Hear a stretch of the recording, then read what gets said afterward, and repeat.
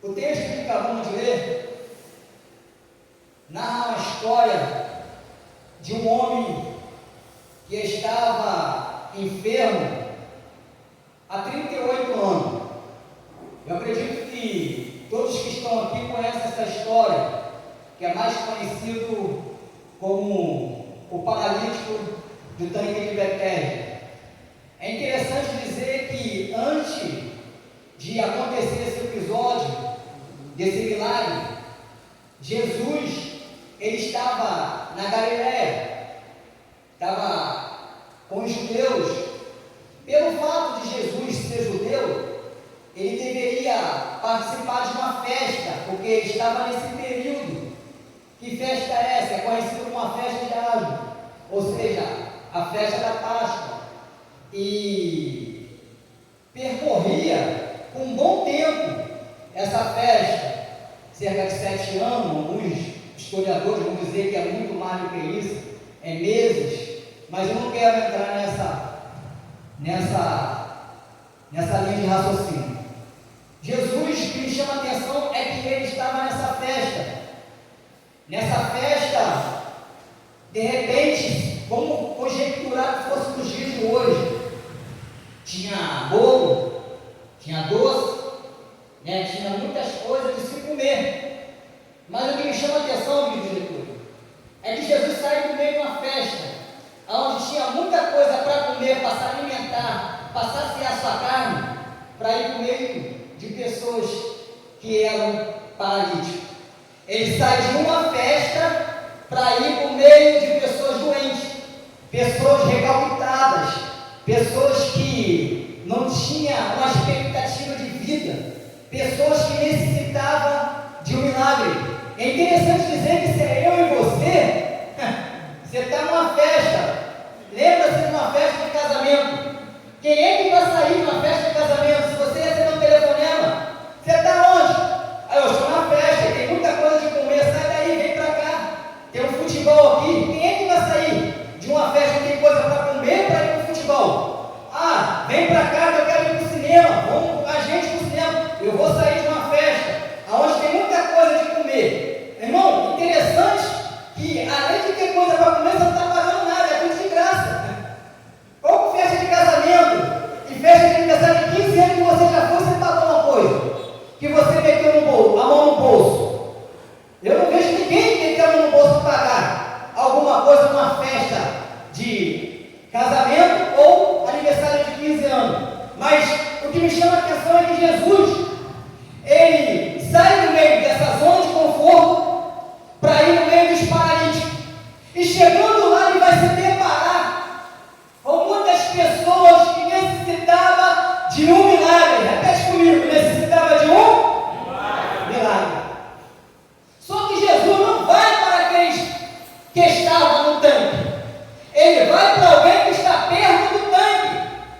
E esse paralítico estava ali. E ele se distanciava do tanque por algum momento. Mas quando o anjo descia nas águas e movimentava as águas, melhor dizendo, ele vai falar para Jesus, o primeiro que descia ali era curado de qualquer o quê? Enfermidade. Mas ele fala para Jesus, mestre, todas as vezes que eu vou, outro vai na minha frente. Todas as vezes que eu chego perto, alguém toma a minha frente. Esse homem aqui, irmão, poderia simplesmente desistir de tudo. Esse homem aqui poderia simplesmente voltar a pedir para alguém para levar ele para ter volta de volta para a tua casa. Mas esse homem não desiste. Esse homem continua ali, perto do tanque. Isso me chama muita atenção. Por quê? Porque ele poderia desistir. Ele poderia parar. Ele poderia retroceder. Ele poderia, aleluia, de simplesmente não querer mais a cura. Só que ele vai bater de frente com o nosso mestre Jesus. E Jesus vai falar para ele: queres ficar são? E ele vai falar essas palavras que eu acabei de falar. E Jesus pergunta para ele: eu não te perguntei se você quer ir lá para o tanque, não. Te perguntei se você quer ficar são. O que me chama a atenção é que quando esse homem, Bispo Getúlio, Jesus fala para ele: levanta-te, toma a tua cama e anda. Ele vai pegar aquilo que é dele, ele não vai voltar para casa, ele não vai voltar para onde veio, ele não vai para outro lugar a não ser a casa do Senhor. O texto que acabamos de ler aqui, no Evangelho de João, capítulo 5, verso 14, vai dizer o seguinte: não peques mais, para que não te suceda alguma coisa pior. Por que esse texto está dizendo isso? Porque esse homem vai para a casa do Senhor, para o templo, para adorar, ele vai para agradecer, ele não volta para casa, ele vai para a casa de Deus para agradecer pelo milagre que aconteceu na sua vida. Imagina você ficar 38 anos sem receber algo, imagina 38 anos paralítico, e esse homem, ele está muito grato, ele está ali com muita gratidão no teu coração, e ele quer simplesmente se expressar. E no momento que ele está se expressando na casa do Senhor, os fariseus, os sumos sacerdotes vai questionar ele: não é isso que o cara da tua cama? Aí ele vai dizer: mas o homem que me curou disse para carregar ela. Quem é esse homem que te curou? Por quê? Era no sábado. O que me chama a atenção é que Jesus, ele vem quebrar. Louvado seja o nome do Senhor. Ele não vem para destruir a lei, ele não vem para aniquilar a lei, ele vem para cumprir a lei. Porque aqueles homens, os sumos sacerdotes, os fariseus, vão falar para aquele homem: esse homem é pecador, por quê? Fez essa cura no sábado. E eles vão querer saber quem é, só que ele não vai falar quem é Jesus, porque ele não sabe quem era ele, o nosso mestre. Mas no momento que ele sai do templo, ele vai se debater em frente com Jesus, e Jesus vai olhar para ele e vai dizer: vejas que está sã, não peques mais, para que não te suceda alguma coisa pior. Aqui eu começo a minha pregação. Não peques mais, para que não te suceda alguma coisa pior. Preste atenção aqui, irmão. Pode uma coisa, como é que pode uma coisa mais do que ficar 38 anos paralítico? Preste atenção. Existe algo pior do que ficar 38 anos paralítico, melhor dizendo? Jesus está dizendo: não peques mais, para que não te suceda alguma coisa pior. Jesus, ele quebrou a lei de sábado, e ele está falando algo para esse homem que me chama a atenção e vai te chamar a atenção também. Esse pecado que esse homem cometeu é um pecado que é um pecado prático, a qual toda pessoa que comete esse tipo de pecado, Davi, e não se arrepende do pecado prático, só que tem um porém. Todo pecado ele tem as suas consequências, porque você vai colher aquilo que você planta. Você plantou, você vai colher aquilo que você plantou. Não adianta você plantar limão e querer colher laranja. Não adianta você plantar batata e querer colher a cenoura. Aquele homem ficou 38 anos porque ele fez algo terrível e teve uma necessidade de ele passar por esse processo, de ficar 38 anos nessa situação. Tem muita gente que tem medo agora, tem medo das consequências, não tem medo do pecado, mas deveria ser o contrário. Por quê? Porque o que leva as consequências é o pecado.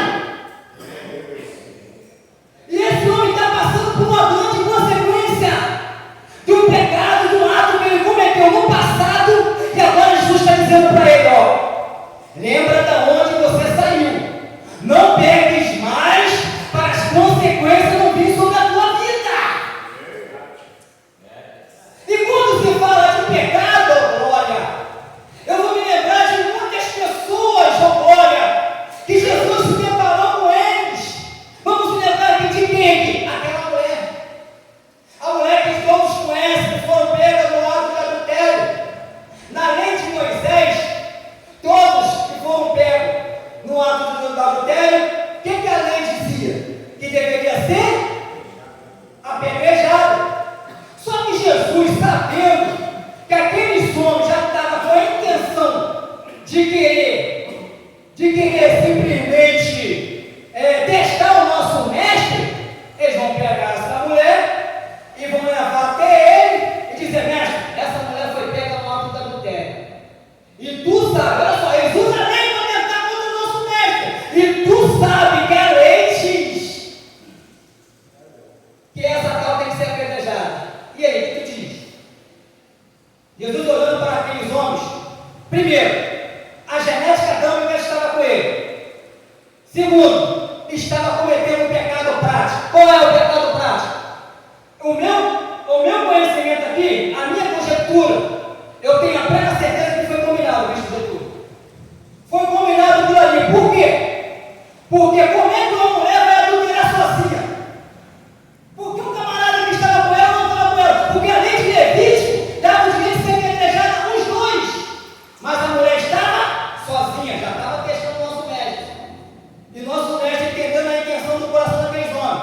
que Jesus vai falar para aquela mulher? Primeiro ele fala para aqueles homens, ó, aquele que contém pecado, atira a primeira pedra, todos vão embora. Sai, já sabe, já. A consciência agora na hora, todos voltam para sua casa. Mas o que me chama a atenção, Jesus vai falar para aquela mulher: onde estão os seus acusadores? Onde estão aqueles que querem te condenar? Pois eu não te condeno. Vai e não. A ordem é o quê? O paralítico, Jesus diz para o paralítico: ó, não pregues mais para ti, não te conceda coisa pior. Mas para essa mulher, vai e não peques mais. Oh, aleluia. Vá para a tua casa, mas não continue em adultério. Mas por que tem muita gente que vem para a casa do Senhor e continua em pecado? Mas por que tem muita gente que vem para a casa do Senhor e continua no jeito? Por que tem muita gente que está continuando em dois pensamentos? Tem muita gente, aleluia, que vem para a casa do Senhor e vive reclamando, questionando, dizendo umas coisas: Senhor, por que eu estou passando por esse processo? Por que eu estou passando por... Ei, meu irmão, minha irmã, enquanto tiver pecadinho de estimação, o milagre não vai acontecer. Eita Jesus! Oh glória! Tem gente que prega querendo receber alguma recompensa, tem gente que quer receber aplauso, tem gente que quer receber elogio, mas Jesus, ele falou: eu não gosto de elogio. Eu vejo na história, quando alguém quer elogiar Jesus, Jesus faz saída, ele sumia. Lembra quando houve um milagre ali de 5 mil ali que se converteram? 5 mil, ou seja, 5 mil que estavam ouvindo a palavra, se converteram, não foram alimentados. Eles estavam com fome, eles ouviram a palavra, mas Jesus: eu não vou dispensar essa multidão com fome, vão perecer no meio do caminho. Aí ele disse: Senhor, nem que tiver 200 quilos, não tem como alimentar essa multidão. Aí Jesus pergunta: tem alguém aí com alguma? Procura saber se tem alguém aí com algum alimento. Pergunta, procura saber. Rapaz, esse menino teve mais fé do que o discípulo. Um jovem, um menino, ele foi para ouvir a palavra, ele foi para o deserto, mas ele foi preparado. O discípulo, quem era para ter alimento ali, igreja? Era os discípulos. Mas quem estava para alimento? Era o menino. Aí Jesus vai operar milagre através daquele menino, através daquele alimento que ele tem ali. Opera o milagre, todos alimentados, saciados. Mas no momento que começa o elogio, ó, Jesus, ó. Aí eu lembro de outra multidão. Eu me lembro de outra multidão que também questionaram e quiseram até apedrejar Jesus por causa das palavras. É duro esse discurso. É duro esse discurso. Aí quem vai continuar dizendo que é duro o discurso? Primeiro, uma certa multidão vai falar: ó, você nem conhece, não tem nem 50 anos, melhor dizendo, e diz que conhece Abraão. Abraão, ele pediu para me ver a minha face, e ele viu. Aí eles vão ficar mais ira ainda. Jesus vai falar para complicar mais a situação: antes que Abraão existisse, eu sou. Aí começaram a pegar pedra. Aí os discípulos que ficam, vão continuar questionando. É duro esse discurso. Aí vão virar as costas, 70 discípulos, não é somente 12 não, lê a Bíblia. Os 70 vão embora. Aí o diabo Pedro chega para Jesus: mestre, o discípulo do Senhor escolheu, está te abandonando, estou indo embora. Aí Jesus pensa, Pedro pensando que Jesus ia passar a mão na cabecinha dele, e não vai, corre também, traz ele de volta. Não, Jesus olha para ele: não quer ir com eles também não? Não quer ir com eles também não?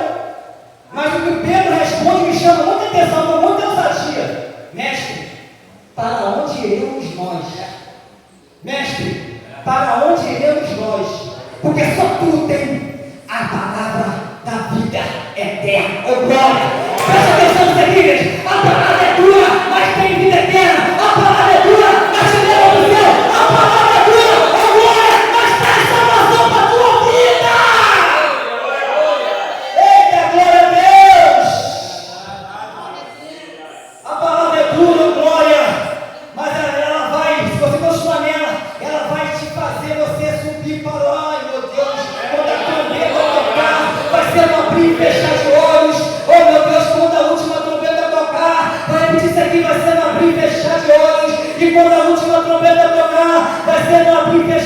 de olhos, oh meu Deus do céu, convém que isso seja corruptível e se resista de mortalidade, convém que isso é mortal, se resista de mortalidade, tragada foi a morte da vitória, onde há vitória, oh meu Deus do céu, há o povo de Deus, eu vou conseguir, onde há tem vitória, tem o povo de Deus, o povo de Deus, o povo que busca pelo Deus, o povo que acredita, o povo que rasga o teu coração, oh glória, acreditando, o arrebatamento vai acontecer.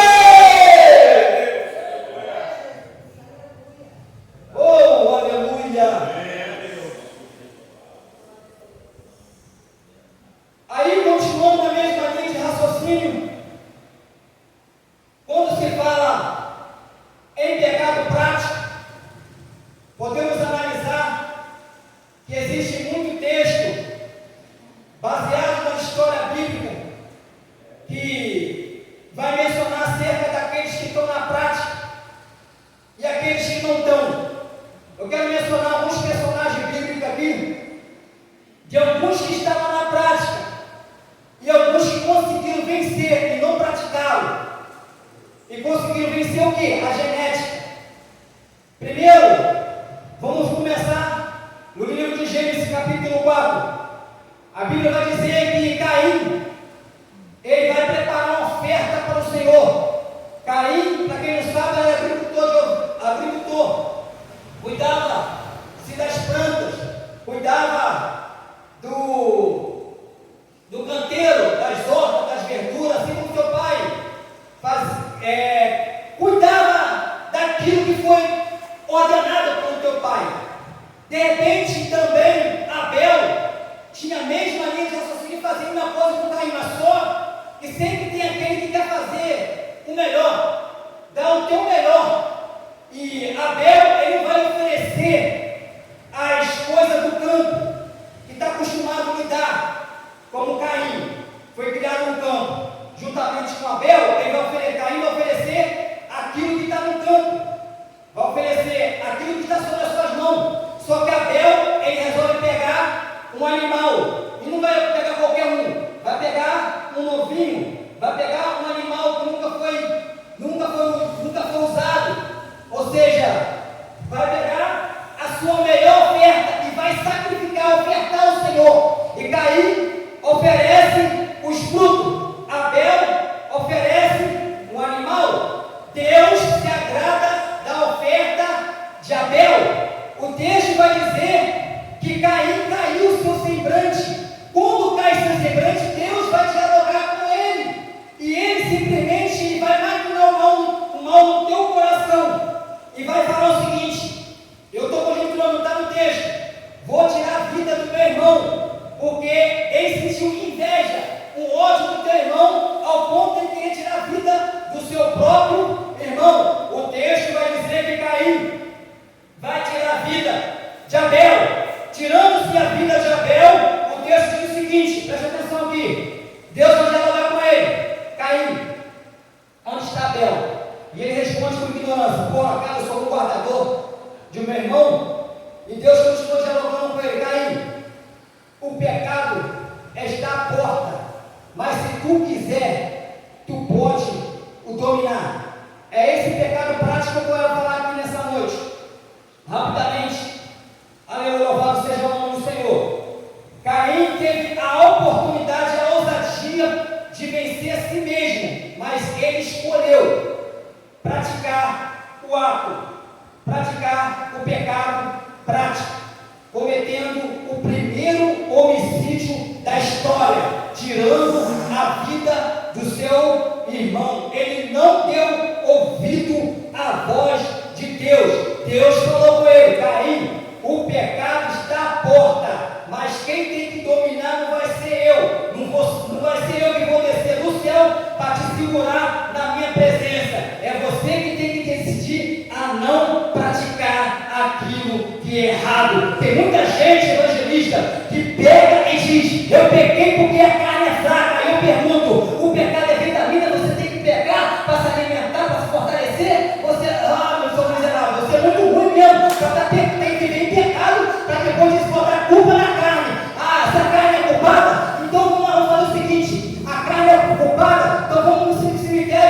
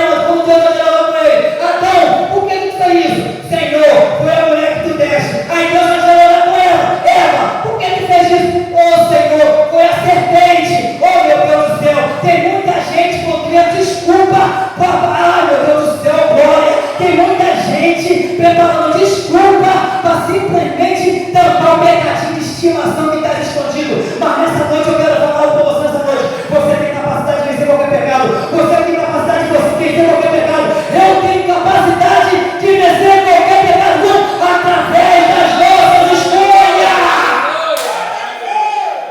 Oh, glória a Jesus, é culto de libertação.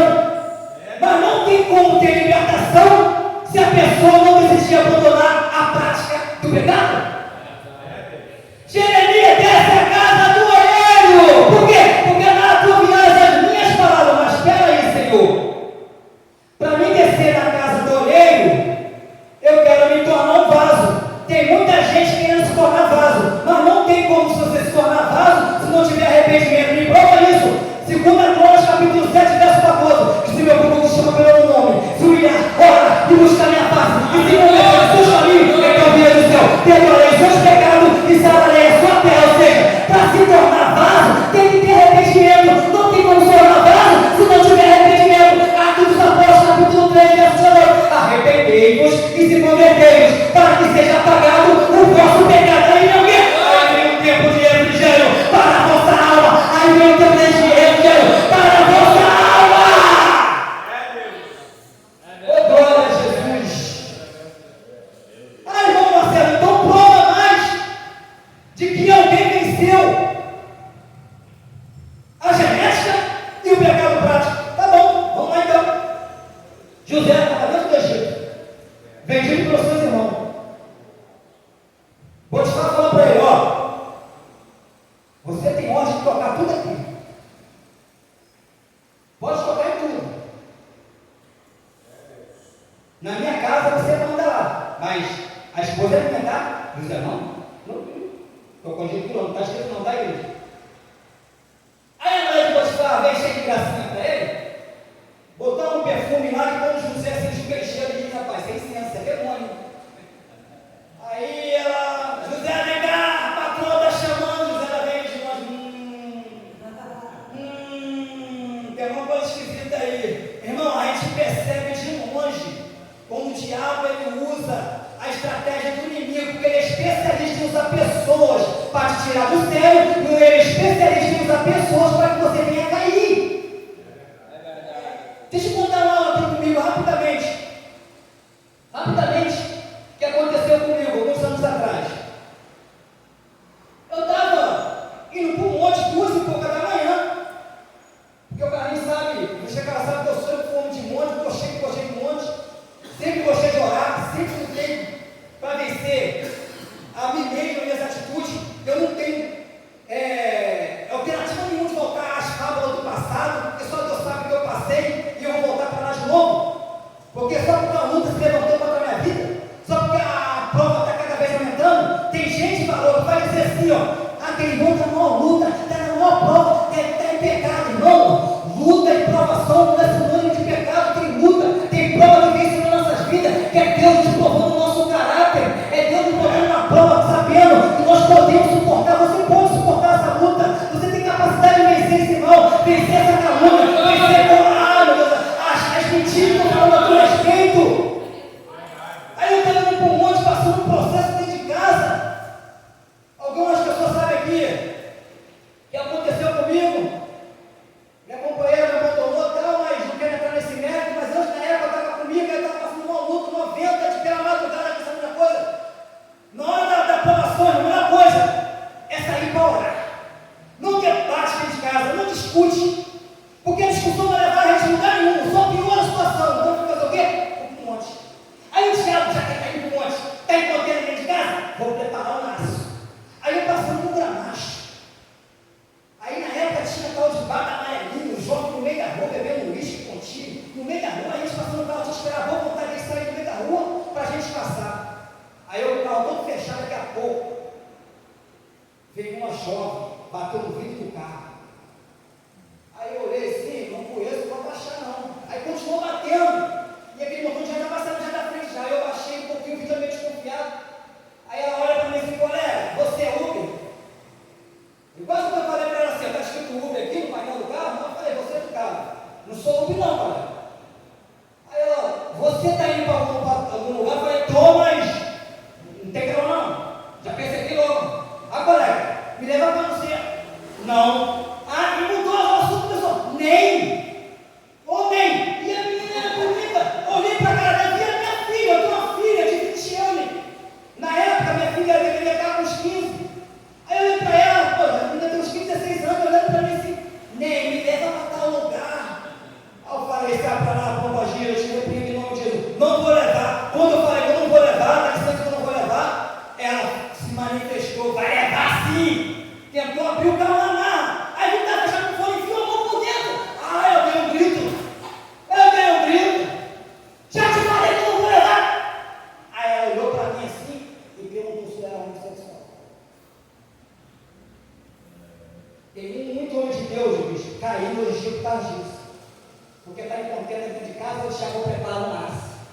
bicicletinha.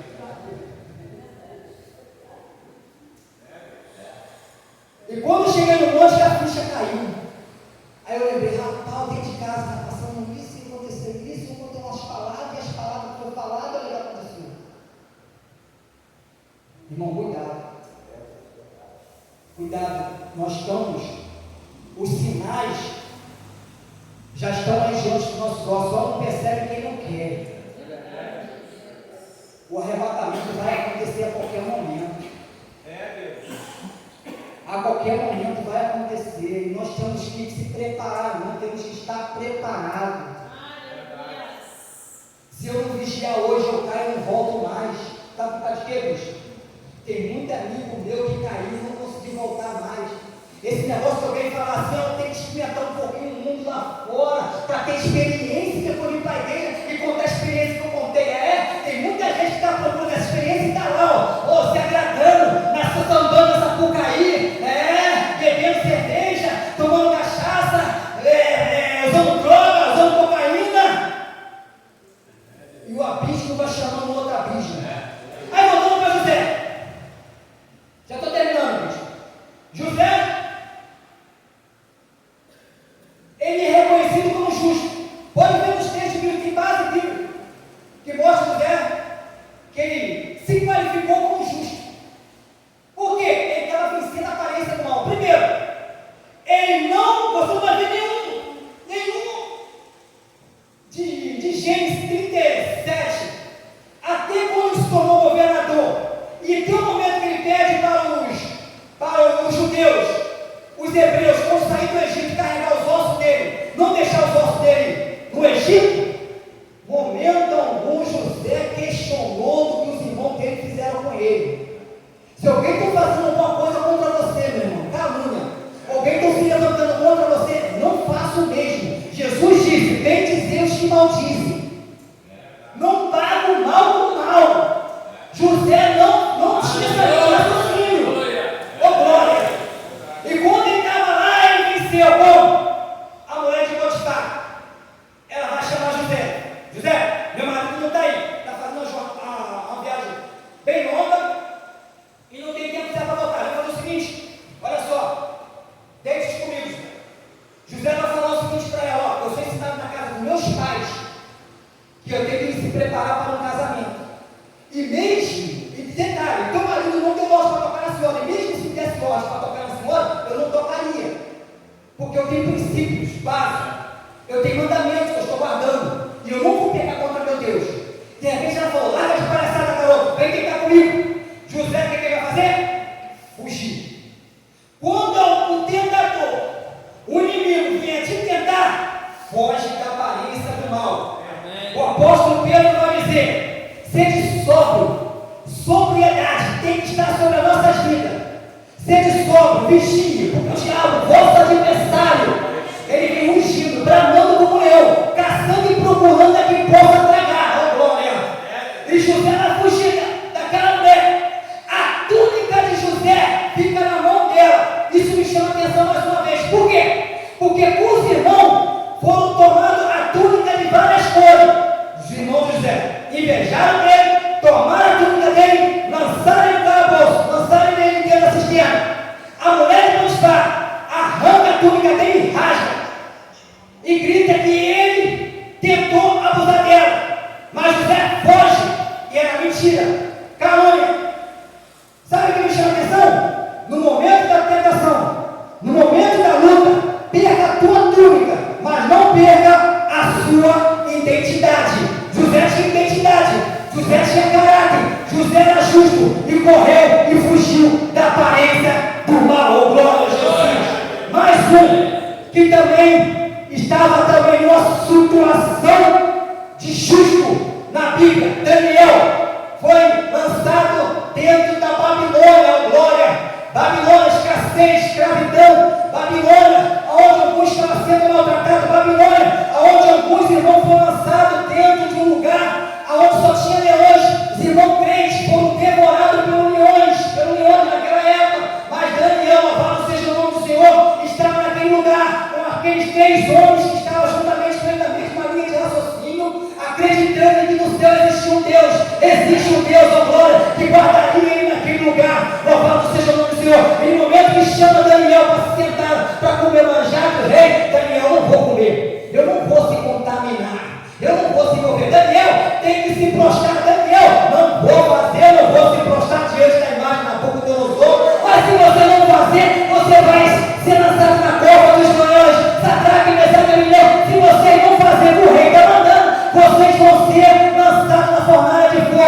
O que eu quero dizer nessa noite, ó, se você for fiel a Deus, louvado seja o nome do Senhor, dentro da cova de leões, dentro da fornalha, o Senhor vai ser fiel a você, vai ser fiel a mim, dentro da fornalha, dentro da cova de leões, aonde nessa noite, aleluia, seja fiel a Deus, independente da situação que seja, independente do que você esteja passando, seja fiel a Deus.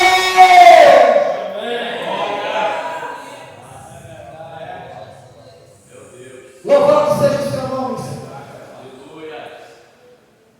Glória a Jesus.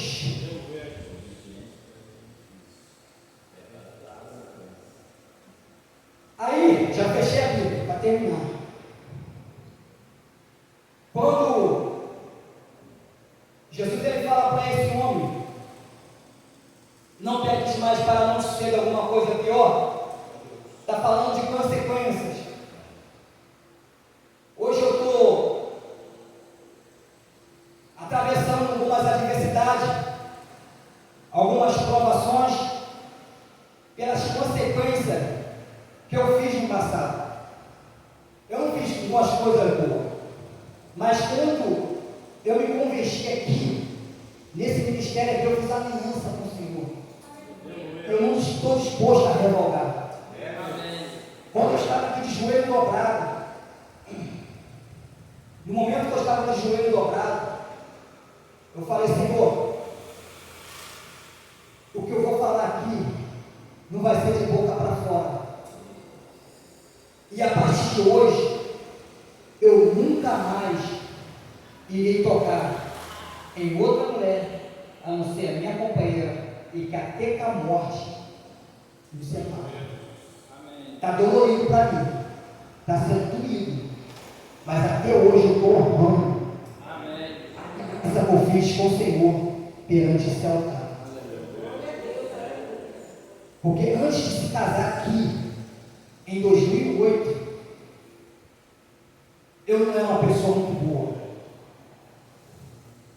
Eu não fui uma pessoa que ela merecia. Ela lutou por mim. E hoje é o momento de eu lutar por ela. Mesmo que não vai ser estudo, não importa. O que importa é que Deus decidir. Porque o meu objetivo, tendo se restituir no casamento ou não, o que importa é morar no céu. Eu quero terminar essa mensagem aqui nessa noite, igreja. Quero que você tenha convicção da tua salvação. Você tem que estar aqui nesse lugar convicto. Milagre. Às vezes a gente vai lá para a igreja por causa de milagre. Milagre é bom. Você tem milagre, é bom. Ter testemunho, é bom. Mas existe algo maior do que isso. Não adianta o paralítico aqui levantar e andar e chegar lá fora e perder a salvação. Não ia morar no céu. O que adianta? A pessoa está cega aqui e enxergando para dentro do inferno. É melhor ser cego aqui e subir para o céu e chegar lá enxergando, enxergar ruas de ouro, enxergar a Deus sentado à direita do Pai. Oh, glória a Jesus. Eu quero que seja convicto na tua adoração, naquilo que você crê, naquilo que você pensa, naquilo que você acredita. Porque mais do que uma porta aberta é certeza da salvação. Mais do que um milagre é certeza da salvação. Mais do que um carro de ouro é certeza da salvação. Mais do que uma casa é certeza da salvação. Mais do que uma chave, aleluia, de qualquer coisa, a certeza da salvação. Milagre é bom, casa é bom, dinheiro é bom, mais do que tudo isso é certeza que eu e você vamos morar na glória. Louvado seja o nome do Senhor. E no ano de 2019,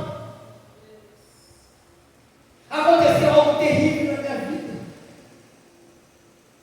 que eu não conseguia mais orar. Quando eu dobrava os joelhos, somente chorar.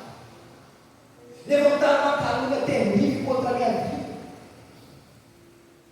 que dói até nos ossos, igreja. Que eu cheguei ao ponto de falar, Senhor, eu vou desistir.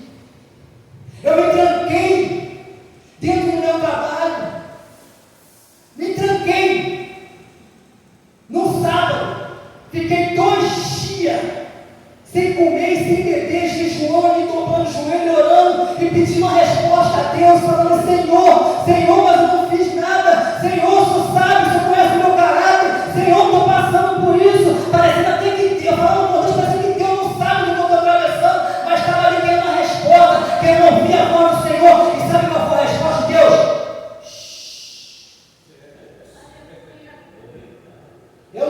o que é pior? Se é Deus puxando a nossa orelha ou o silêncio de Deus? Não tinha força para ir para a igreja, não tinha força mais para caminhar, mas eu comecei a me lembrar: existe meus filhos. Eu queria tirar da minha vida. Olha a situação, fiquei depressivo. Mas eu me lembrei que tem meus filhos que precisam de mim. Aí naquele momento eu ouvi aquela música. Quem sabe cantar aqui? Aquela música da árvore. Sabe o pedacinho da árvore? Hã? Isso aí. Não, nessa não. Nessa é devida não. Da árvore. Isso, o cheiro das árvores. Esse hino aí mesmo. Começou a falar, Deus começou a falar comigo através desse hino. Ao cheiro das árvores. Aí eu percebi, sabe o quê? Que vale a pena continuar. Não adianta. Os gigantes que Deus permite, tem gigantes que a gente permite se levantar contra as nossas vidas, porque a decisão é nossa, né, Valão? Deserto, que a gente estamos nesse deserto, porque às vezes é Deus que nos colocou, mas tem desertos que a gente mesmo vai com as nossas próprias pernas. Tem gigantes que a gente quer ver.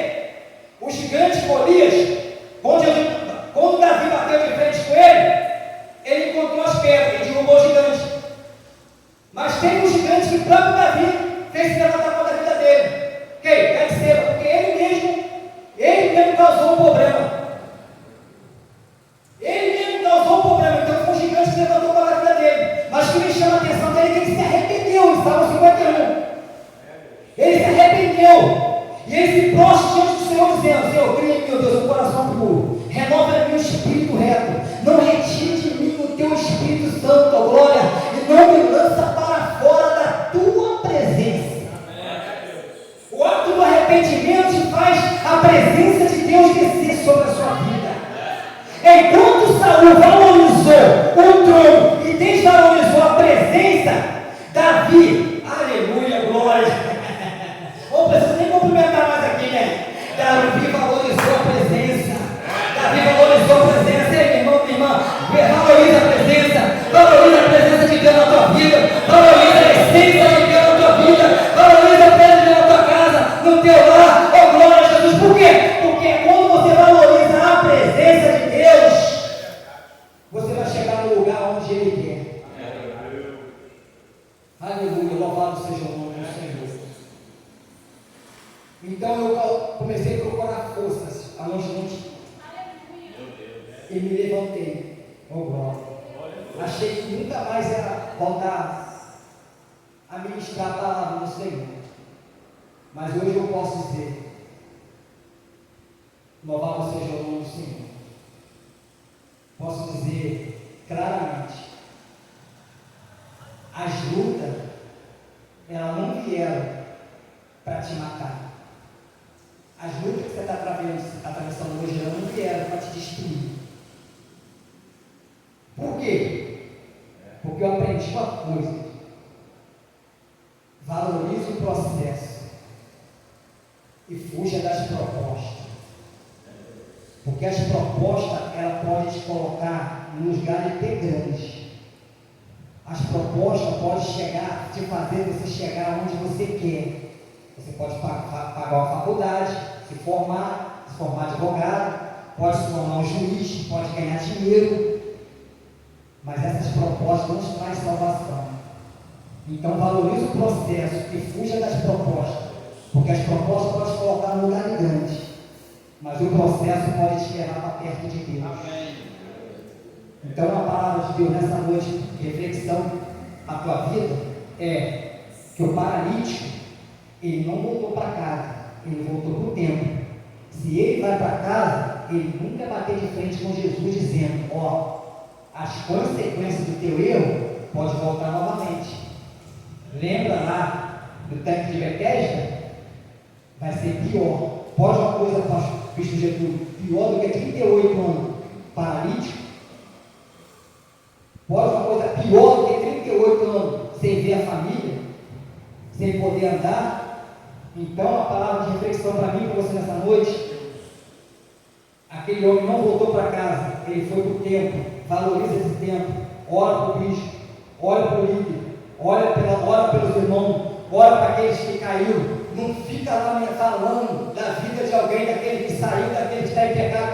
Ora pela vida dele. Deus nos chamou com um propósito. O propósito é orar para o nosso próximo, estender a mão para quem está caído, ajudar quem necessita. Esse é o meu e o teu propósito, glória. Para quê? Para que o propósito de Deus venha se cumprir na minha e na tua vida.